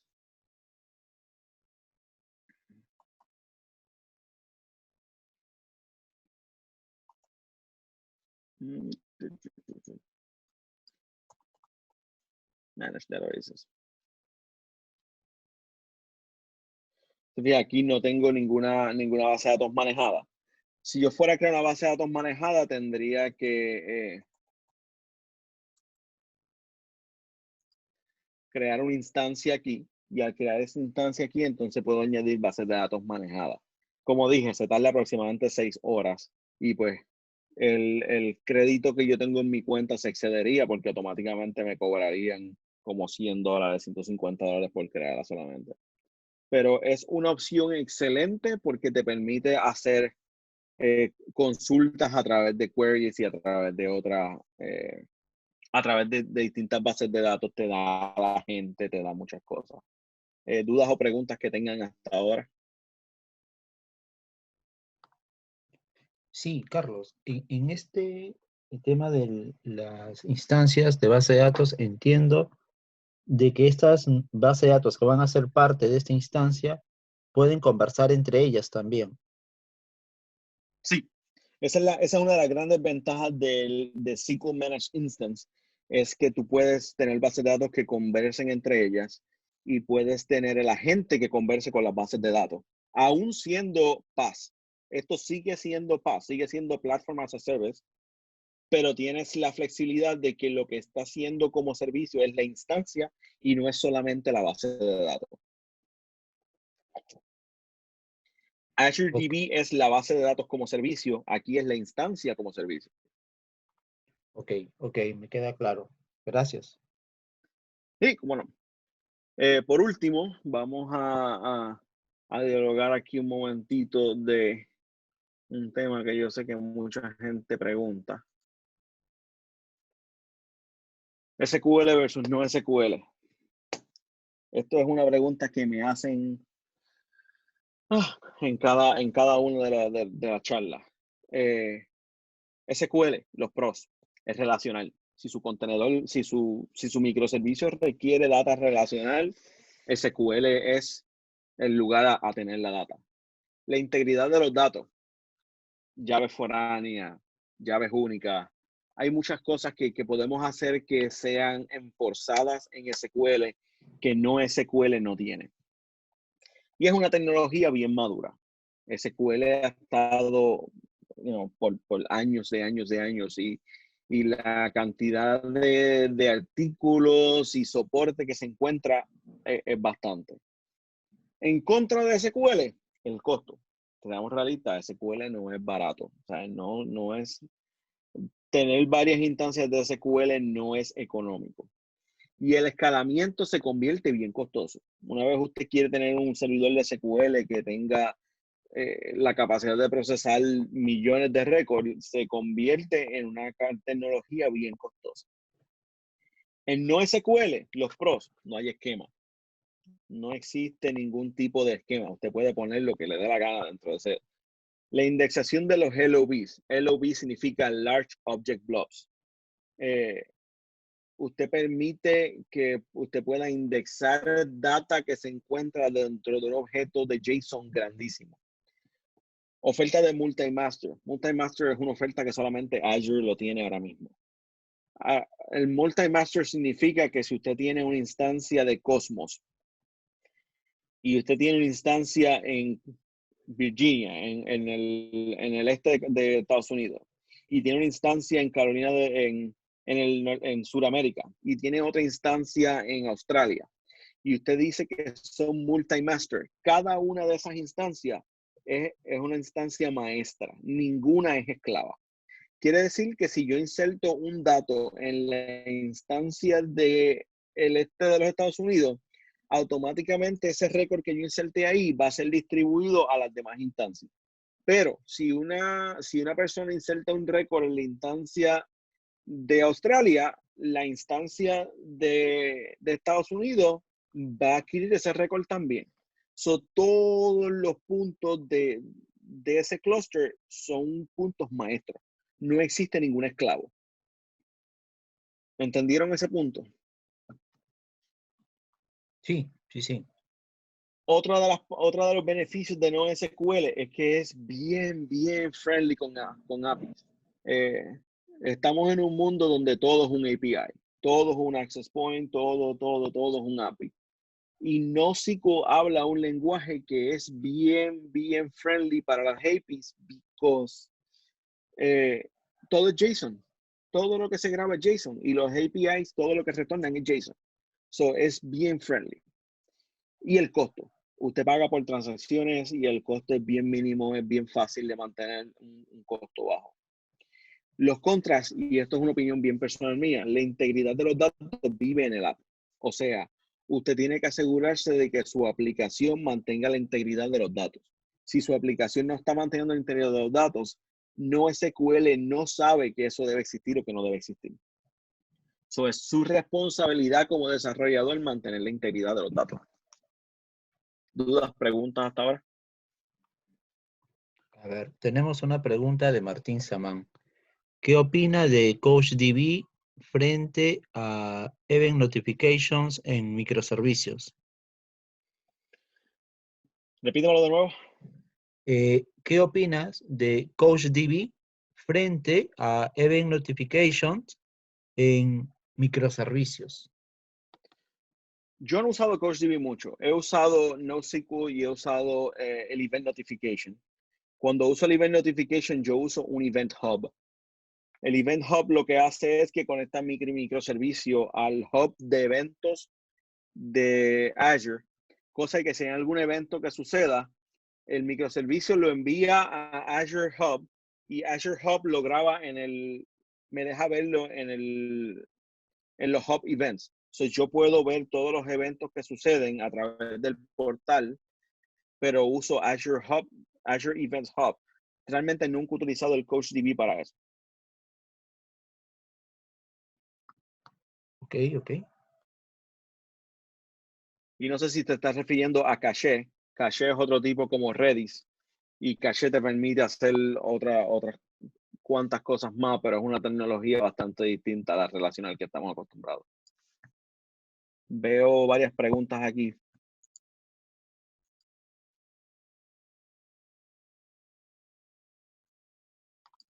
Martín pregunta también, o sea, la sincronización de DB entre microservicios.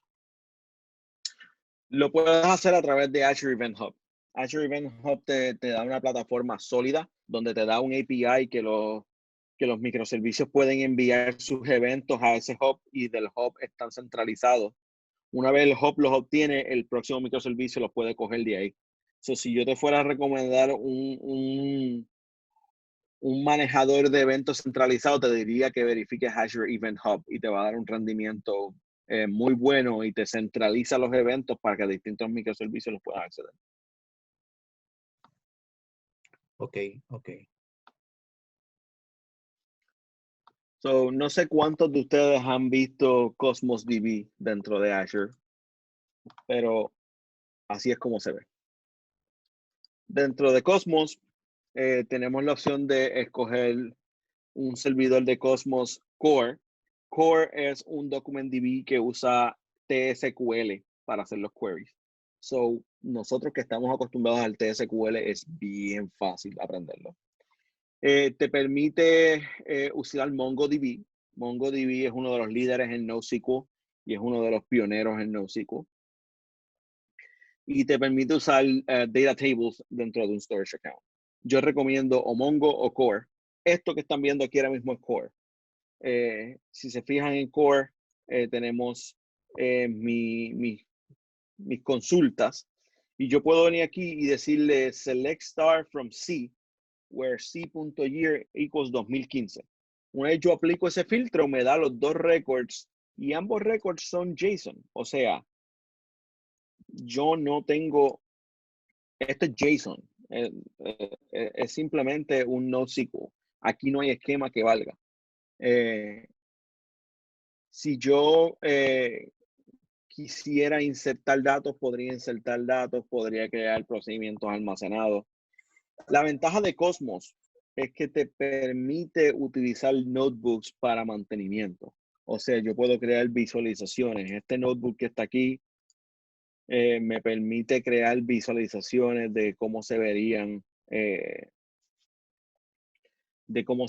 los datos y nos permite crear visualizaciones y distintos objetos en base a lo que estamos viendo dentro de Cosmos. Como les expliqué, en cuestión a lo que es NoSQL, voy a ser bien breve porque es una tecnología que requiere horas y horas y horas para entender lo que hace. Pero NoSQL no tiene esquema, no tiene ningún tipo de reglas de cómo persistir la data a otra que no sea JSON.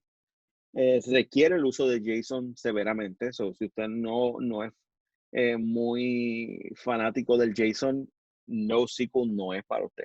NoSQL es todo JSON. Pero la ventaja que tiene es que es rápido. Si yo quisiera ir aquí a mis items y elimino este filtro que está aquí,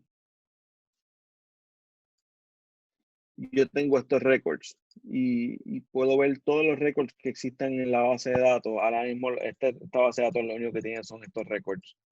Pero este récord pudiera que no tuviera el año, ¿sabes? Y como quiera que sea, retornaría bien rápido. Una vez usted tenga los récords grabados en NoSQL, es cuestión de utilizar el API que ellos tienen.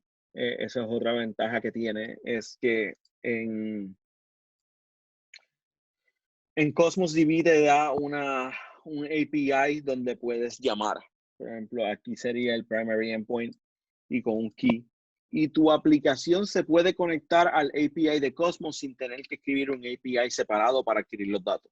O sea, puedes hacer una llamada en tu microservicio al API de Cosmos para obtener los datos. Puedes crear un endpoint que escribe y lee, y puedes tener un endpoint que solamente lee. O sea, si tienes un microservicio que solamente quiere leer, lo conectas a ese endpoint y ese endpoint solamente puede leer, no puede escribir. Eso tiene cierto método de seguridad. Cuando se trata de la seguridad en específico, ahí es donde tienes que crear distintos endpoints y cada endpoint tiene permisos para escribir en ciertos catálogos. O sea que la seguridad de tu base de datos depende del endpoint en el que tu microservicio se esté conectando. ¿Entienden esa parte? Sí. Ok. Si fuéramos a crear un endpoint, usted puede crear un endpoint, llamarlo a una instancia. Una vez usted cree ese endpoint entonces tiene la opción de conectarse al SQL Server, a Cosmos DB. En este caso, yo quiero que se conecte y puedo escoger desde qué red. La ventaja de hacer esto, obviamente, este proceso lleva aproximadamente 1 hora hacer todo. La ventaja que tiene es que yo puedo decir, este microservicio solamente puede hablar hasta este endpoint que escribe, que ejecuta a través de esta red. O sea, no tan solo tienes el layer de seguridad en cuestión a los roles, puedes decir, esta es la ruta que yo quiero que sigas. O sea, que si un microservicio vive en California y yo no quiero que el microservicio de California obtenga datos del microservicio de Virginia, yo puedo apagar esa ruta, cosa de que el microservicio de California no pueda acceder al microservicio de Virginia. So, hay muchas capas de seguridad cuando se habla de NoSQL. La parte que a mí no soy muy fanático de NoSQL es el hecho de que la seguridad de los datos y la integridad de los datos es responsabilidad de la aplicación y no del cliente. Quiere decir que si hay un campo que es requerido, yo tengo que hacer que en mi aplicación ese campo sea requerido. El agente de bases de datos no sabe que ese campo es requerido porque no existe esquema. ¿Okay? En adición a eso, este es el momento de si tienen algunas preguntas. Esta es la parte final de la presentación. Espero que les haya dado un poco de luz en cuestión a lo que son los microservicios y cómo manejar datos en los microservicios. Así que si tienen preguntas, este es el momento. Carlos, tenía una Hoy, pregunta, aprovechando mientras que los demás chicos van formulando sus preguntas. Mira, yo entiendo de que cuando creamos una virtual machine en Azure, y que es infraestructura como código, también se despliega o también creo que Azure facilita una plantilla que es todo el script de la máquina virtual. Pero también Sí, veo se que llama un ARM. cuando veo también que cuando uno crea un Azure SQL Database, también hay una plantilla. Entiendo que esta plantilla Sí. es del script de la base de datos.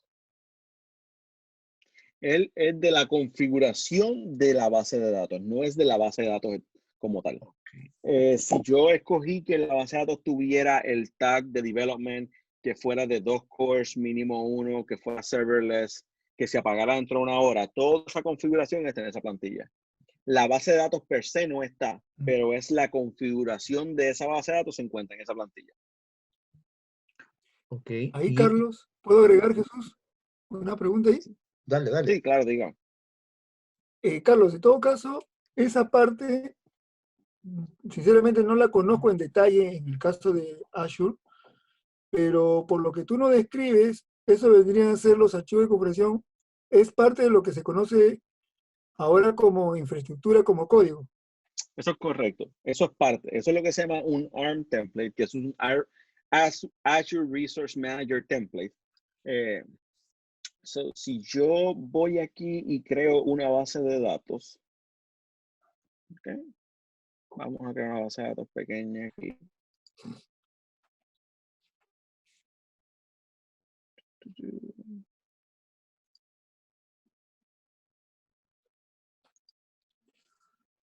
A ver si mi internet quiere cooperar.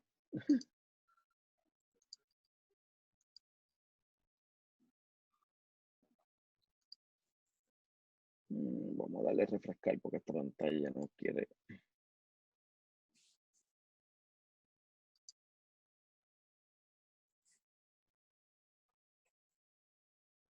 Okay.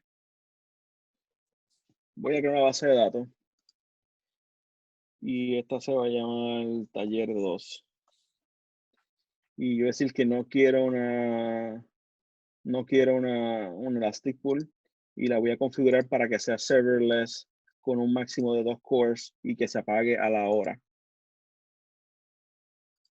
Y aquí no hay ningún setting. Le voy a decir que no quiero esto, que sea una base de datos vacía. El tag, el environment va a ser test.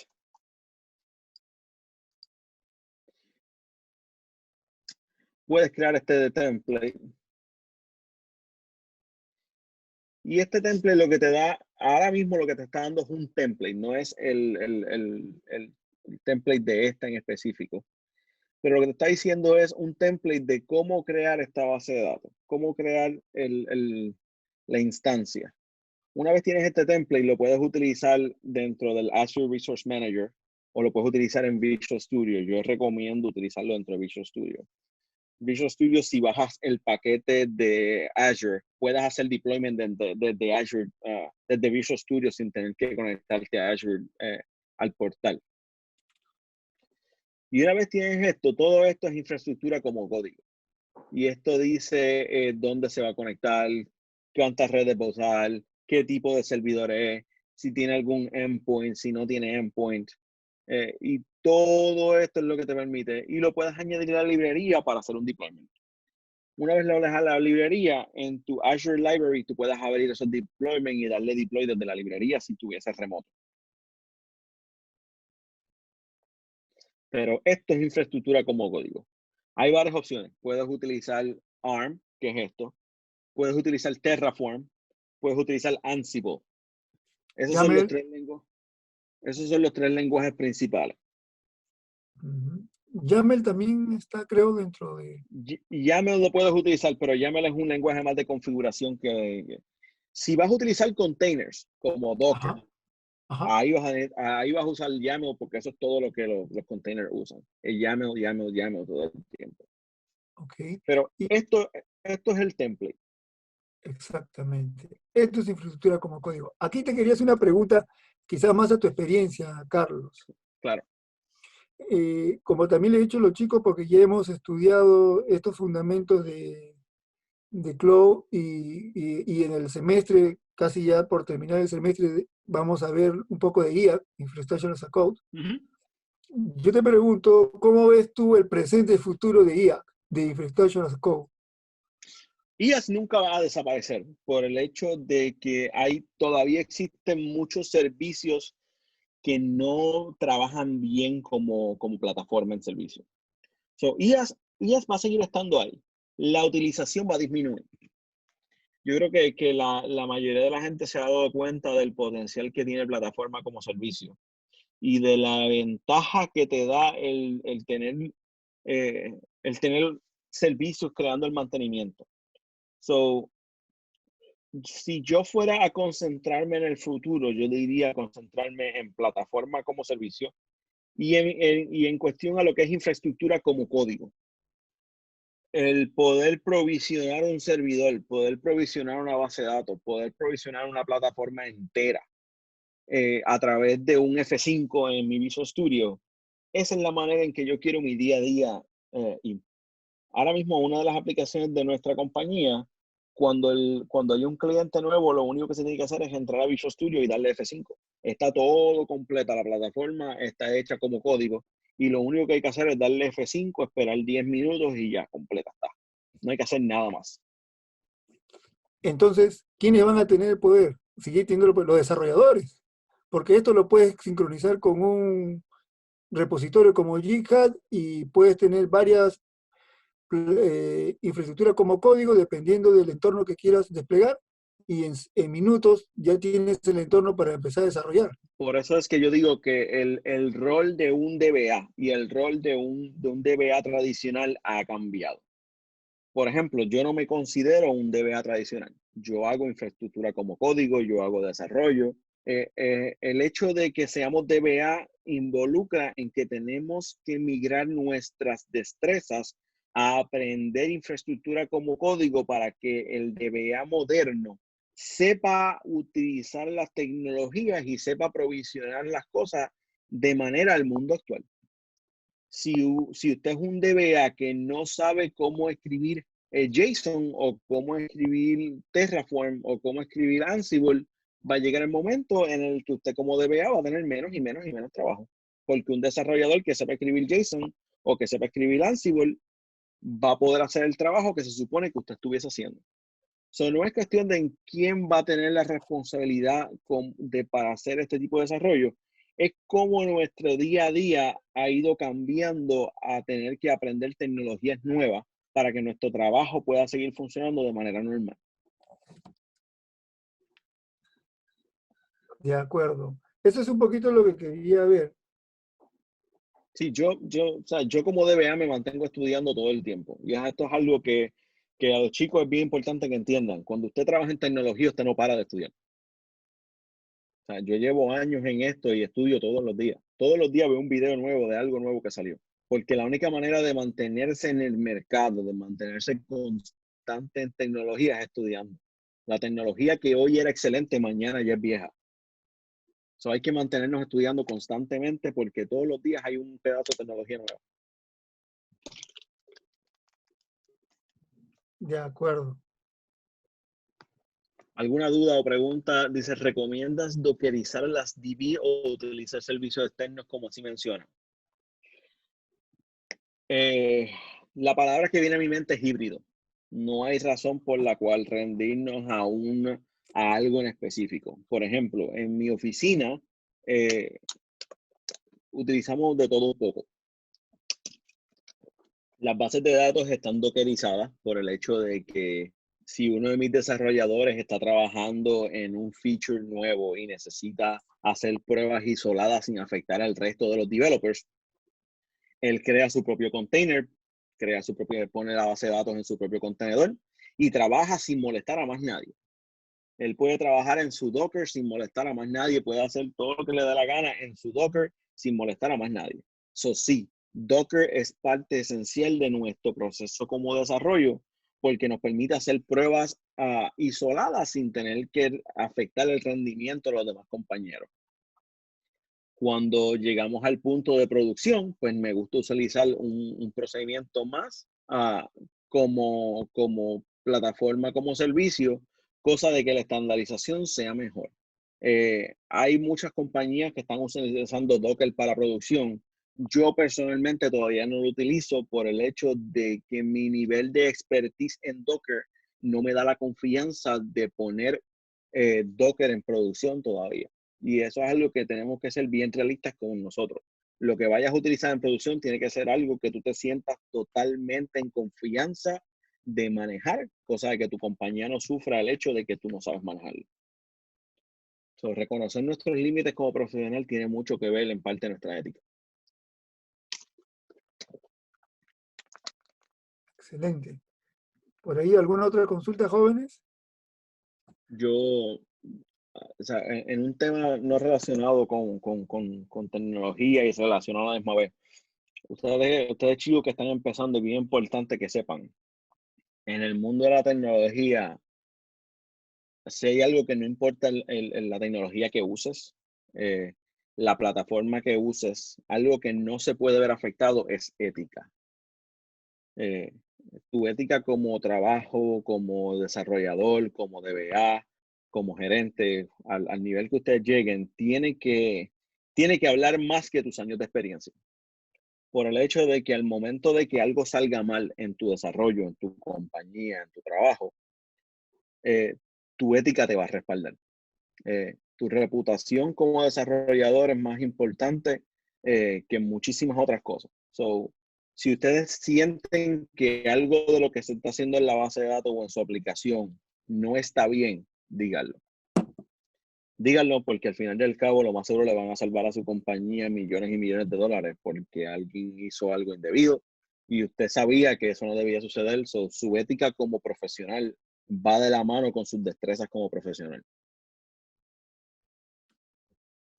Muy de acuerdo, Carlos. Muy de acuerdo con lo último que nos dices.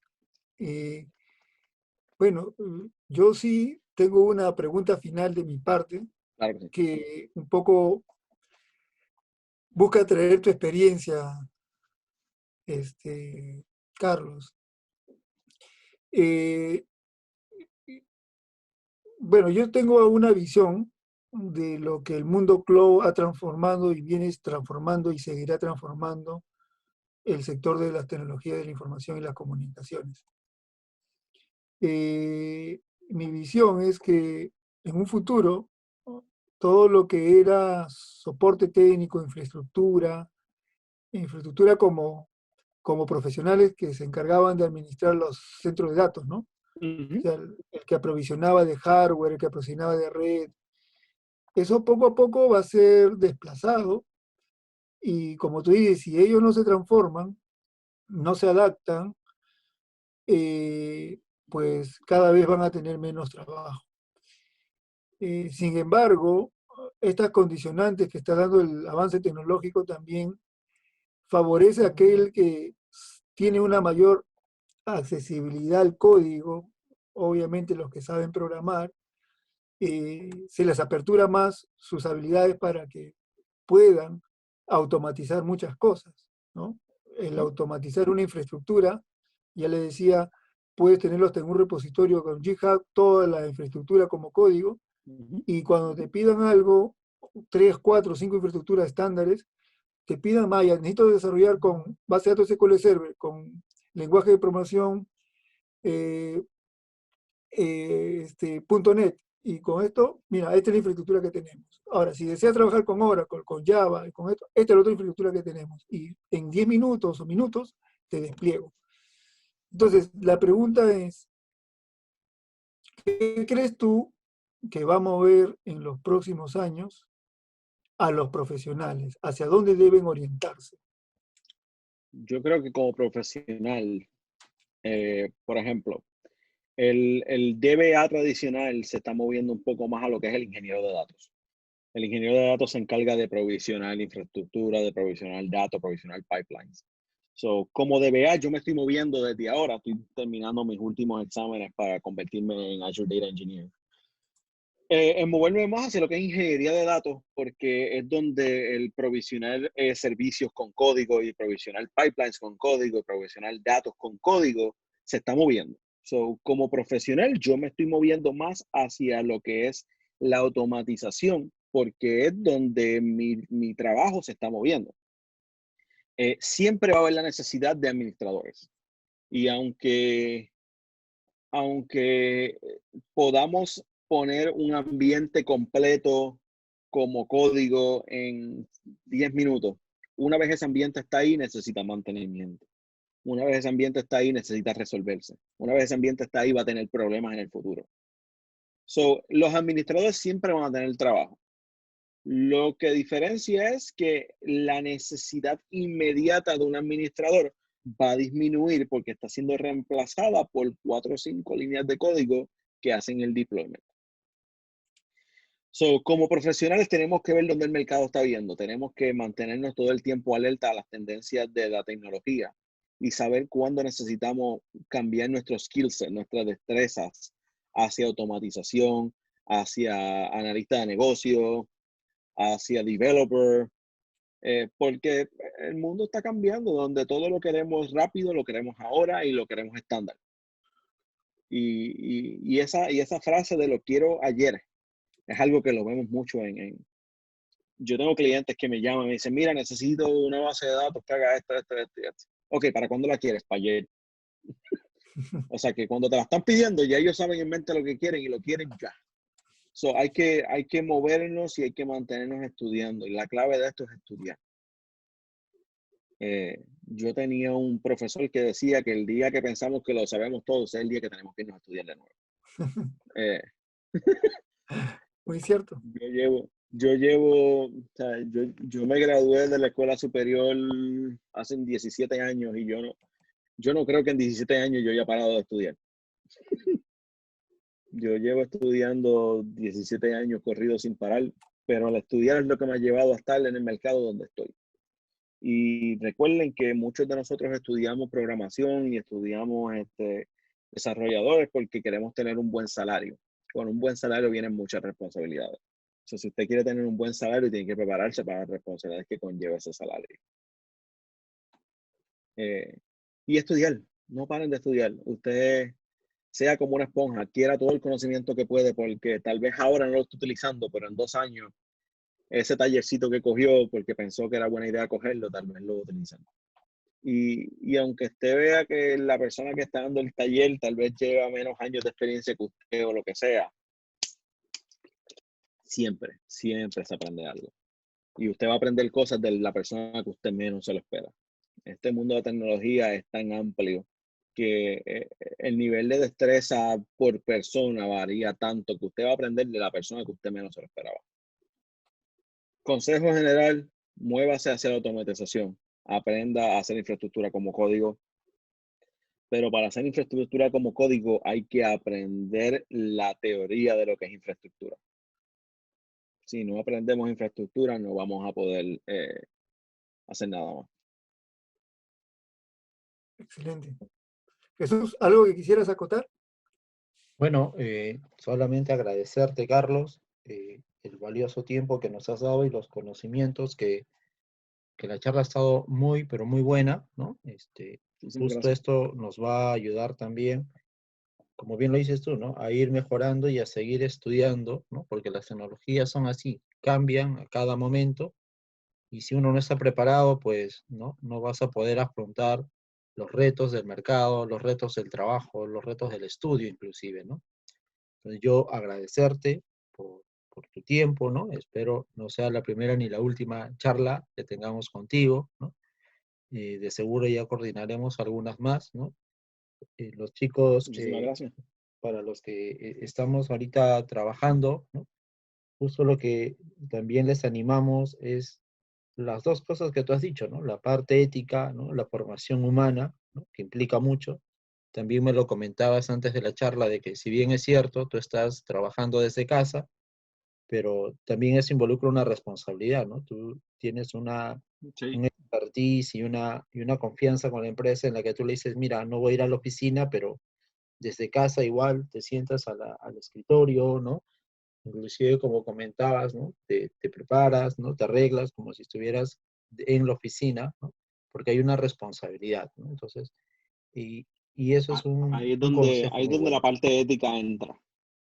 Así es, Ahí es donde correcto, la ética habla por nosotros. exacto. Si usted tiene un rapport y tiene una reputación buena en su compañía, se abre puertas a usted a ser flexible, a tener un mejor balance entre vida y trabajo. Pero el balance entre vida y trabajo empieza por usted, no empieza por la compañía. Perfecto. Bueno, yo le pido a los chicos que despejemos el micro para brindarle un fuerte aplauso a Carlos Serrano en agradecimiento por todos los conocimientos que nos ha brindado el día de hoy y que de seguro estaremos en contacto. Carlos, muchísimas gracias. Fuerte aplauso, chicos. Gracias a ustedes. Nada, quedó a sus órdenes. Cualquier cosita me dejan saber, ¿ok? Por supuesto, Claro Carlos. que De hecho sí. que sí. Le voy a estar haciendo la presentación a ustedes por email para que se distribuyan en el grupo. Claro Perfecto. que sí, Carlos.